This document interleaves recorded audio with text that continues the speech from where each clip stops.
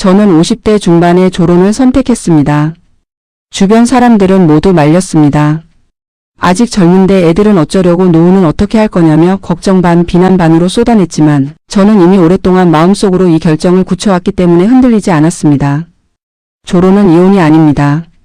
법적으로 부부관계는 유지하되 각자의 공간에서 각자의 삶을 살아가는 것입니다. 그 말이 처음에는 그냥 멋있어 보여서 선택한 것처럼 오해받지만 실제로는 수십 년 쌓인 감정의 무게를 더 이상 혼자 감당할 수 없었기 때문이었습니다.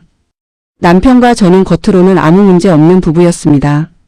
싸우지도 않았고 큰 사건도 없었습니다. 그냥 조용히 아주 천천히 우리는 서로에게 낯선 사람이 되어갔습니다.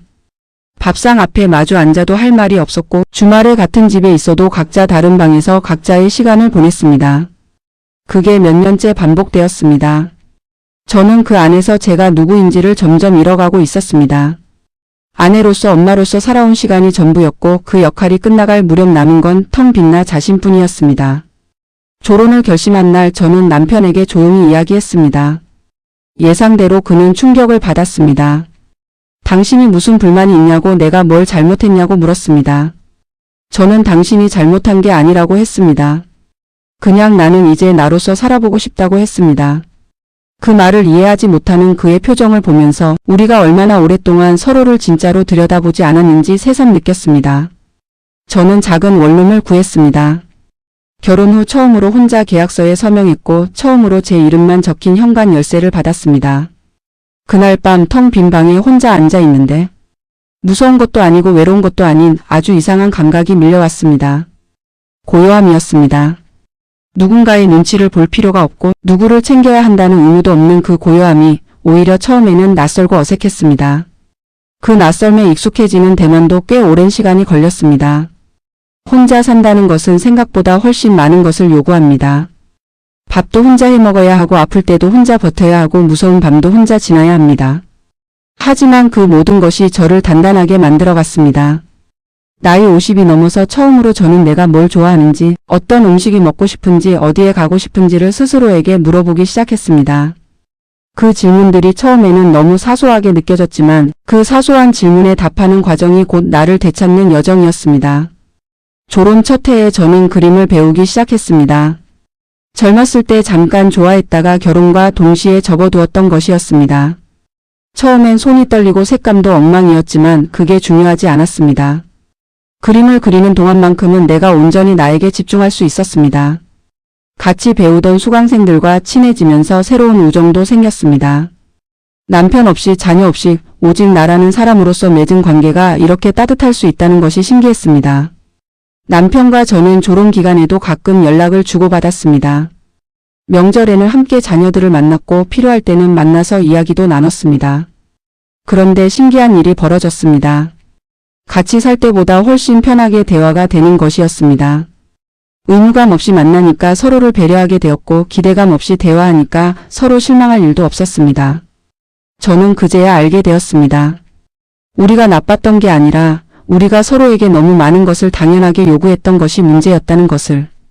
2년이 지날 무렵 남편이 조심스럽게 말을 꺼냈습니다. 요즘 독서 모임에 나가고 있다고 요리도 배우기 시작했다고 했습니다.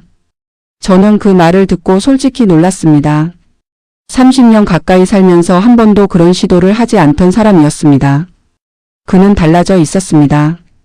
혼자가 되면서 어쩔 수 없이 자기 자신과 마주하게 되었고 그 과정에서 그 역시 새로운 자신을 발견하고 있었던 것입니다. 3년이 지난 어느 봄날 우리는 오랜만에 둘이서 밥을 먹으러 갔습니다. 특별한 이유는 없었습니다. 그냥 한번 보자고 해서 만났을 뿐인데 그날 대화가 참 길었습니다. 서로 살아온 이야기를 했고 힘들었던 이야기도 했고 웃긴 이야기도 했습니다. 식사가 끝나고 헤어지면서 그가 말했습니다. 당신 덕분에 나도 좀 살게 되었다고. 그 말이 오랫동안 마음에 남았습니다. 졸혼은 관계를 끊는 것이 아닙니다. 관계를 다시 시작하기 위한 숨고르기입니다. 너무 가까이 붙어 있어서 서로가 보이지 않을 때 잠시 거리를 두고 나서야 비로소 상대방의 진짜 모습이 보이는 경우가 있습니다. 저는 그 3년 동안 나를 찾았고 남편도 자신을 찾았습니다. 그리고 우리는 이전보다 훨씬 성숙한 방식으로 다시 서로를 바라보게 되었습니다. 이것이 졸혼이 저에게 준 가장 뜻밖의 선물이었습니다. 그 봄날 식사 이후로 저와 남편은 한 달에 한 번씩 만나기로 했습니다. 누가 먼저 제안한 것도 아니었습니다. 자연스럽게 그렇게 되었습니다. 같이 살 때는 매일 같은 공간에 있어도 진짜 대화가 없었는데 한 달에 한 번 만나는 것만으로도 우리는 이전보다 훨씬 많은 이야기를 나누었습니다. 그 변화가 처음에는 어색했지만 시간이 지나면서 저는 이것이 우리에게 맞는 방식일 수도 있겠다는 생각을 하게 되었습니다. 사람들은 흔히 나이가 들수록 관계가 편안해진다고 말합니다. 하지만 제가 경험한 현실은 달랐습니다. 나이가 들수록 관계는 더 복잡해졌습니다. 젊었을 때는 바쁘다는 이유로 아이들 키우느라 정신없다는 이유로 감정을 미뤄둘 수 있었는데 나이가 들어 그 이유들이 하나씩 사라지고 나면 그동안 쌓아두었던 감정들이 한꺼번에 올라오는 것을 느꼈습니다. 그게 때로는 감당하기 어려운 무게였습니다. 졸혼 생활을 하면서 저는 시니어 세대의 남녀 관계에 대해 많은 것을 다시 생각하게 되었습니다. 우리 세대는 관계에서 자신의 감정을 드러내는 방식을 제대로 배운 적이 없습니다. 특히 여성들은 참는 것이 미덕이라고 배웠고 남성들은 표현하는 것이 약함이라고 배웠습니다. 그 잘못된 배움이 수십 년간 관계 안에서 쌓이고 쌓여 결국 서로를 이해하지 못하는 두 사람을 만들어낸 것입니다. 남편이 요리를 배우기 시작했다는 이야기를 처음 들었을 때 저는 그것이 단순한 취미 활동이 아니라는 것을 나중에야 깨달았습니다. 그는 평생 누군가가 차려주는 밥을 먹으며 살았고 그게 당연하다고 여겼습니다. 그런데 혼자가 되고 나서 처음으로 자신이 먹을 것을 자신이 준비해야 하는 상황이 된 것입니다. 그 과정에서 그는 밥 한 끼가 얼마나 많은 수고와 마음을 담아야 하는지를 몸으로 배웠다고 했습니다. 그 말을 들으면서 저는 30년 가까이 그 수고를 당연하게 받아들였던 그가 이제야 비로소 조금씩 달라지고 있다는 것을 느꼈습니다. 시니어 세대에서 관계가 틀어지는 가장 큰 이유 중 하나는 역할의 관성입니다. 오랫동안 특정 역할을 반복하다 보면 그 역할이 곧 그 사람의 전부처럼 여겨지고 역할 밖의 감정이나 욕구는 표현조차 되지 않습니다. 아내는 아내답게, 남편은 남편답게라는 틀이 너무 단단하게 굳어버린 나머지 그 안에 있는 한 인간으로서의 개인은 점점 지워지는 것입니다. 졸혼은 그 역할의 틀을 잠시 내려놓고 역할이 아닌 인간으로서 서로를 다시 바라보는 시도였습니다. 저는 졸혼 기간 동안 나 자신을 돌아보는 시간이 많아지면서 상대방에게 무언가를 요구하는 방식이 얼마나 잘못되어 있었는지도 알게 되었습니다.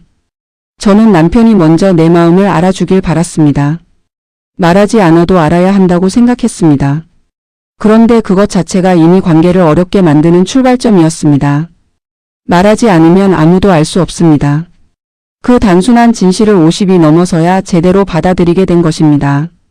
한 달에 한 번 만나는 자리에서 남편과 저는 조금씩 솔직해지기 시작했습니다. 처음에는 가벼운 일상 이야기만 했습니다. 요즘 뭐 하는지 어디 다녀왔는지 같은 것들이었습니다. 그런데 몇 번 만남이 거듭되면서 자연스럽게 더 깊은 이야기가 나오기 시작했습니다. 그는 자신이 젊었을 때 얼마나 외로웠는지를 처음으로 입 밖에 냈습니다. 일에만 매달렸던 것이 사실은 가족 앞에서 무너지지 않으려는 버팀이었다고 했습니다. 저는 그 말을 듣고 오래 침묵했습니다. 그토록 오랫동안 같이 살면서 한 번도 들어보지 못한 이야기였기 때문입니다. 관계에서 거리는 때로 적이 아니라 동반자가 됩니다. 너무 가까이 있으면 보이지 않던 것들이 조금 떨어져서 보면 선명하게 보이는 경우가 있습니다. 저는 졸혼이라는 거리를 통해 남편이라는 사람을 처음으로 제대로 보게 되었습니다. 남편으로서가 아니라 한 인간으로서의 그를 보게 된 것입니다. 그가 가진 외로움, 그가 표현하지 못한 두려움, 그가 오랫동안 짊어지고 살아온 무게들이 비로소 눈에 들어왔습니다. 시니어 남녀 관계에서 중요한 것은 상대방을 바꾸려는 시도를 멈추는 것입니다. 우리는 오랫동안 상대방이 변하기를 기다리며 살았습니다. 그 기다림이 쌓여 원망이 되었고 원망이 쌓여 단절이 되었습니다. 하지만 졸혼 이후 저는 알게 되었습니다. 상대방이 변하는 것은 내가 요구해서가 아니라 그 사람 스스로가 자신을 마주하게 되었을 때 일어나는 일이라는 것을. 그 변화를 기다리는 동안 내가 할 수 있는 건 나 자신을 먼저 변화시키는 것뿐이었습니다. 그 봄날 이후 우리가 나눈 대화들은 30년 결혼 생활 전체보다 더 많은 것을 담고 있었습니다. 늦게 시작된 솔직함이었지만 늦었다고 해서 의미가 없는 것은 아니었습니다. 오히려 나이가 들었기 때문에 가능한 솔직함이었습니다. 더 이상 잃을 것을 두려워하지 않아도 될 나이, 더 이상 체면보다 진심이 더 중요해지는 나이가 되었기 때문에 우리는 비로소 진짜 이야기를 할 수 있게 된 것입니다. 시니어 세대의 관계에서 가장 자주 듣는 말 중 하나가 이제 와서 뭘 바꾸냐는 말입니다. 나이가 들면 사람은 안 변한다고 그냥 참고 사는 게 낫다고 말하는 사람들이 아직도 많습니다. 저는 한때 그 말을 믿었습니다. 그래서 오랫동안 참았고 오랫동안 기다렸습니다. 하지만 조론을 경험하고 나서 저는 그 말이 절반은 맞고 절반은 틀리다는 것을 알게 되었습니다. 사람의 본질은 쉽게 변하지 않습니다. 하지만 관계를 대하는 방식은 언제든 달라질 수 있습니다. 그 차이를 아는 것이 시니어 관계에서 매우 중요합니다. 졸혼 3년 차에 접어들면서 저는 주변의 비슷한 또래 친구들과 이야기를 나눌 기회가 많아졌습니다. 놀랍게도 많은 사람들이 겉으로는 아무렇지 않아 보이는 결혼 생활을 유지하면서도 내면으로는 극심한 외로움을 느끼고 있었습니다. 특히 자녀들이 다 독립하고 난 뒤 부부 둘만 남게 되었을 때 그 외로움이 가장 크게 찾아온다고 했습니다. 50년 가까이 살면서 서로에게 익숙해진 나머지 이제 서로가 공기처럼 느껴진다고 표현한 친구도 있었습니다. 공기는 없으면 죽지만 있어도 느끼지 못하는 것입니다. 그게 얼마나 쓸쓸한 관계인지 그 말을 들으면서 가슴이 먹먹했습니다. 시니어 남녀 관계에서 외로움은 혼자일 때만 오는 게 아닙니다. 함께 있어도 외로울 수 있고 오히려 함께 있기 때문에 더 외로울 수도 있습니다. 그 외로움의 정체를 파악하는 것이 관계를 회복하는 첫 번째 열쇠입니다. 저는 제 외로움의 근원이 남편에 대한 실망이 아니라 나 자신에 대한 방치였다는 것을 졸혼 후에야 깨달았습니다. 나를 돌보지 않으면서 상대방에게 채워달라고 요구했던 것, 그것이 관계를 서서히 고갈시킨 원인이었습니다. 혼자 사는 생활이 길어지면서 저는 스스로를 돌보는 방법을 익혀갔습니다. 아침에 일어나면 창문을 열고 바깥 공기를 느끼는 것부터 시작했습니다. 좋아하는 음악을 틀어놓고 천천히 커피를 마셨습니다. 이 작은 의식들이 하루를 시작하는 방식이 되었고 그 방식이 쌓이면서 저는 조금씩 내가 어떤 사람인지를 다시 알아가기 시작했습니다. 50이 넘어서 다시 자신을 알아가는 과정이 어색하기도 했지만 그보다 훨씬 설레는 감각이었습니다. 남편과의 원래 만남이 계속되면서 저는 한 가지 원칙을 세웠습니다. 그 자리에서는 절대로 과거를 탓하지 않는다는 것이었습니다. 예전 같으면 왜 그때 그랬냐, 왜 그 말을 했냐는 이야기들이 자연스럽게 나왔을 텐데 저는 의도적으로 그 방향을 차단했습니다. 과거를 꺼내는 것은 상처를 다시 여는 일이지 관계를 회복하는 일이 아니라는 것을 배웠기 때문입니다. 대신 저는 지금 어떻게 지내는지, 요즘 어떤 것이 즐거운지, 무엇이 힘든지를 물었습니다. 현재에 집중하는 대화가 관계를 앞으로 나아가게 한다는 것을 그때 처음으로 몸으로 이해했습니다. 남편도 비슷한 변화를 겪고 있었습니다. 그는 졸혼 이후 처음 몇 달은 무척 힘들었다고 나중에 고백했습니다. 퇴근하고 돌아올 집이 텅 비어 있는 것이 그렇게 낯설고 무거울 줄 몰랐다고 했습니다. 그 공허함을 채우기 위해 처음에는 술을 마시기도 했고 혼자 텔레비전 앞에 멍하니 앉아있는 날도 많았다고 했습니다. 그러다 어느 날 우연히 동네 도서관에서 독서 모임 공고를 보고 용기를 내어 참여했는데 그게 생각보다 좋았다고 했습니다. 책을 매개로 낯선 사람들과 이야기를 나누면서 자신이 얼마나 오랫동안 표현을 억눌러 왔는지를 느꼈다고 했습니다. 시니어 관계에서 새로운 자극은 단순한 재미 이상의 의미를 가집니다.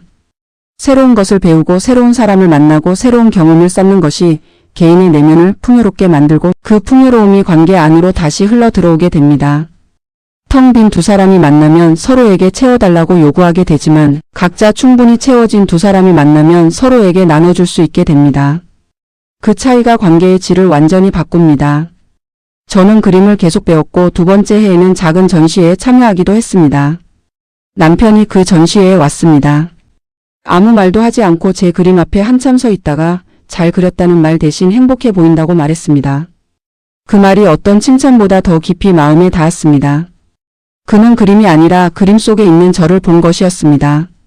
30년을 함께 살면서 한 번도 그런 방식으로 저를 바라본 적이 없었던 그가 이제는 그런 눈으로 저를 보게 된 것입니다. 시니어 세대의 관계 회복은 거창한 사건에서 오지 않습니다. 아주 작은 순간들이 쌓여서 만들어집니다. 전시회에서 남편이 건넨 그 짧은 한마디가 저와 남편 사이에 새로운 층을 하나 쌓은 것처럼 관계는 매일의 작은 선택들로 조금씩 달라집니다. 어떤 말을 건네는지, 어떤 눈으로 바라보는지, 어떤 태도로 상대방의 이야기를 듣는지 그 사소한 것들이 모여서 관계의 온도를 결정합니다.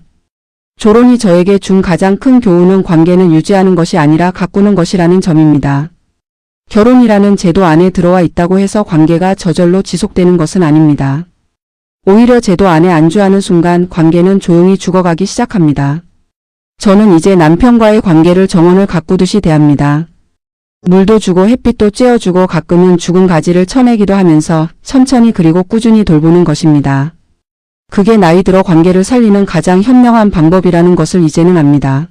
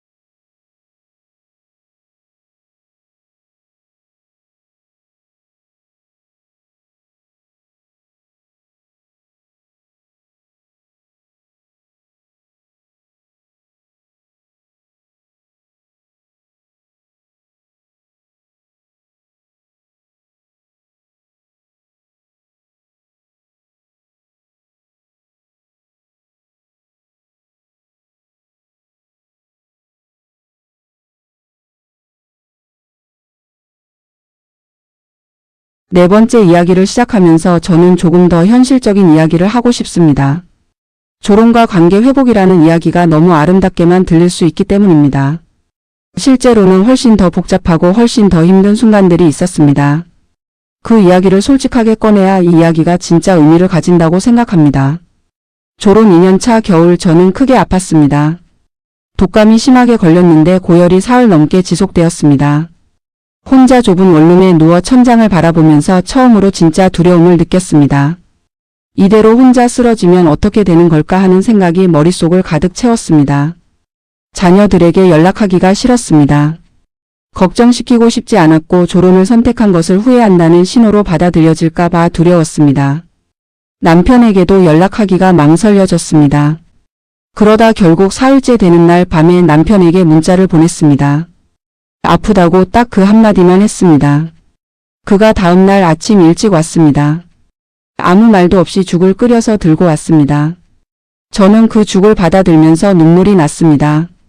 약해 보이고 싶지 않아서 참으려 했는데 참을 수가 없었습니다. 그는 아무 말도 하지 않았습니다. 그냥 옆에 앉아서 제가 죽을 다 먹을 때까지 있다가 약을 챙겨주고 돌아갔습니다.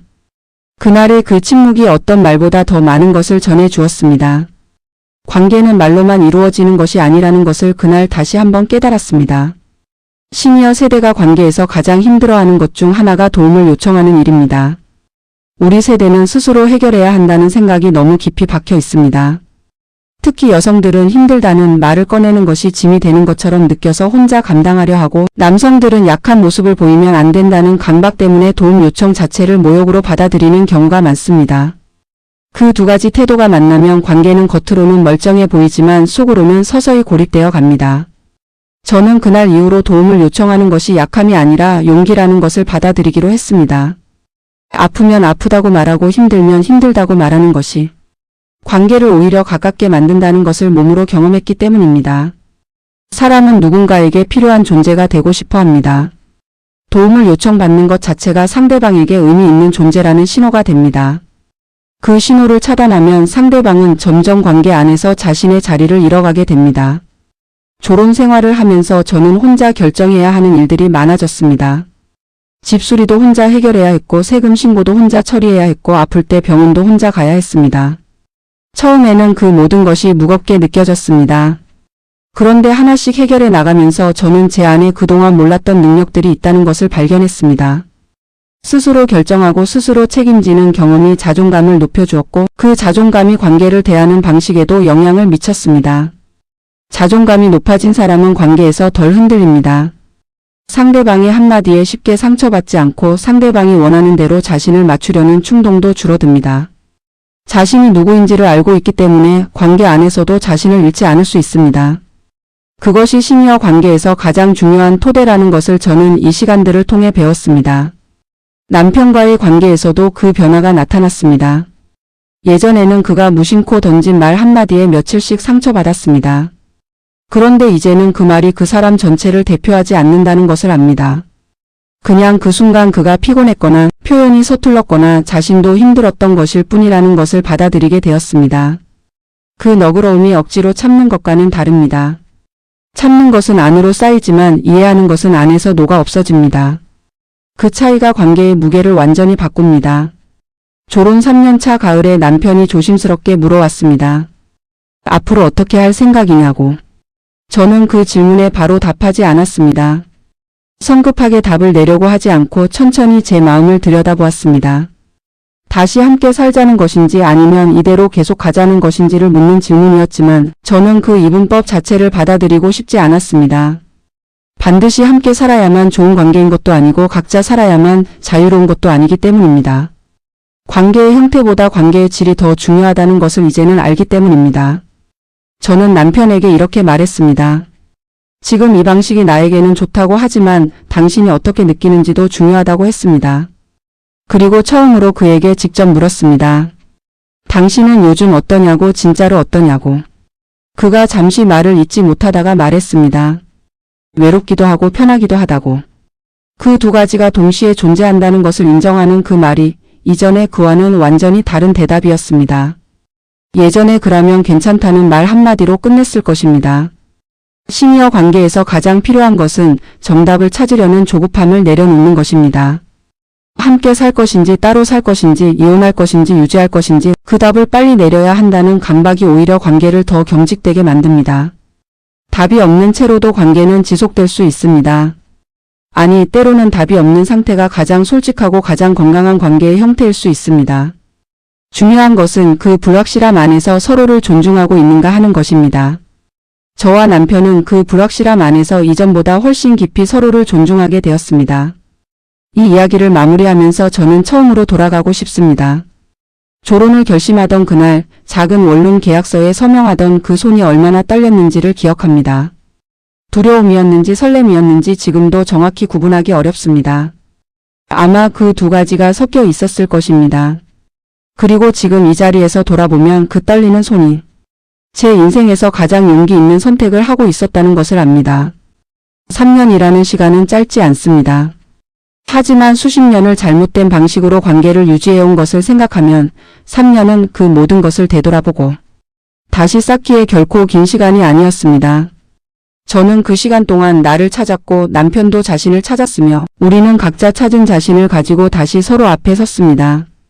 그 만남이 처음 결혼하던 날의 만남보다 더 진실했습니다. 서로에 대한 환상도 없었고 의무감도 없었으며 오직 지금 이 사람과 이 순간을 함께하고 싶다는 선택만이 있었습니다. 저는 이 이야기를 비슷한 나이의 분들과 나누고 싶어서 꺼내게 되었습니다. 졸혼을 권하는 것이 아닙니다. 졸혼이 모든 사람에게 맞는 방식은 아닙니다. 제가 진짜 말하고 싶은 것은 나이가 들었다고 해서 관계가 그냥 흘러가도록 내버려 두어서는 안 된다는 것입니다. 시니어 세대의 관계는 청년 시절의 관계보다 오히려 더 많은 의식적인 노력이 필요합니다. 오랜 시간 쌓인 습관과 감정의 층들이 두껍기 때문에 그것을 들여다보는데 더 많은 용기와 인내가 필요합니다. 남편과 저는 현재도 각자의 공간에서 살고 있습니다. 완전히 다시 합치지는 않았습니다. 하지만 우리의 관계는 이전과 완전히 다릅니다. 한 달에 한 번 만나던 것이 이제는 일주일에 한 번으로 늘었습니다. 때로는 함께 장을 보고 때로는 같이 산책을 합니다. 남편이 배운 요리를 제게 해주기도 하고 저는 제가 그린 그림을 그에게 보여주기도 합니다. 의무가 아닌 선택으로 함께하는 시간이 이토록 다르게 느껴질 수 있다는 것이 아직도 가끔 놀랍습니다. 시니어 관계에서 제가 배운 가장 중요한 원칙을 몇 가지 나누고 싶습니다. 첫 번째는 상대방을 바꾸려는 시도를 완전히 내려놓는 것입니다. 나이 들어서도 상대방을 내 방식대로 바꾸려는 시도를 멈추지 못하면 관계는 끝없는 소모전이 됩니다. 상대방은 내가 원하는 방식으로 변하지 않습니다. 그것을 받아들이는 순간 관계에 들이던 에너지를 나 자신에게 돌릴 수 있게 됩니다. 두 번째는 작은 표현을 아끼지 않는 것입니다. 시니어 세대는 표현에 인색한 경향이 있습니다. 고맙다는 말, 잘했다는 말, 오늘 좋았다는 말을 너무 당연하게 생략합니다. 그 생략들이 쌓이면 관계는 건조해집니다. 사막은 한 번의 폭우로 만들어지는 게 아니라 오랜 가뭄으로 만들어집니다. 관계도 마찬가지입니다. 작은 표현 하나하나가 관계에 수분을 공급하는 일입니다. 세 번째는 상대방의 변화를 알아봐 주는 것입니다. 사람은 변합니다. 나이가 들어도 변합니다. 오히려 나이가 들수록 더 깊은 변화를 겪는 경우가 많습니다. 그런데 오래된 관계에서는 상대방을 오래전 이미지로 고정해 두는 경우가 많습니다. 저 사람은 원래 저래 라는 단정이 상대방의 변화를 보지 못하게 막습니다. 남편이 요리를 배우고 독서 모임에 나가기 시작했을 때 저는 그 변화를 있는 그대로 바라봤습니다. 그 시선이 그를 더 변화하게 만들었습니다. 네 번째는 각자의 시간을 존중하는 것입니다. 함께하는 시간만큼이나 각자의 시간이 중요합니다. 시니어 부부들이 은퇴 후 24시간 함께 있게 되면서 오히려 관계가 악화되는 경우가 많습니다. 지나치게 붙어 있으면 서로의 단점만 눈에 들어오고 서로에 대한 기대감도 지나치게 커집니다. 각자의 취미, 각자의 친구, 각자의 시간이 있을 때 함께하는 시간이 더 풍요로워집니다. 다섯 번째는 지금 이 순간에 집중하는 것입니다. 과거의 상처를 반복해서 꺼내거나 미래의 불안을 앞당겨 걱정하는 것이 관계를 가장 빠르게 소진시킵니다. 나이가 들수록 지금 이 순간이 더 소중합니다.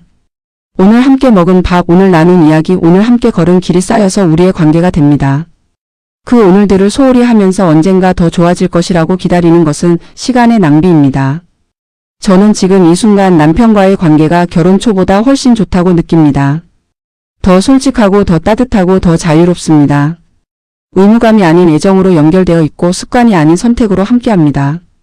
이 관계가 앞으로 어떤 형태로 이어질지는 모릅니다.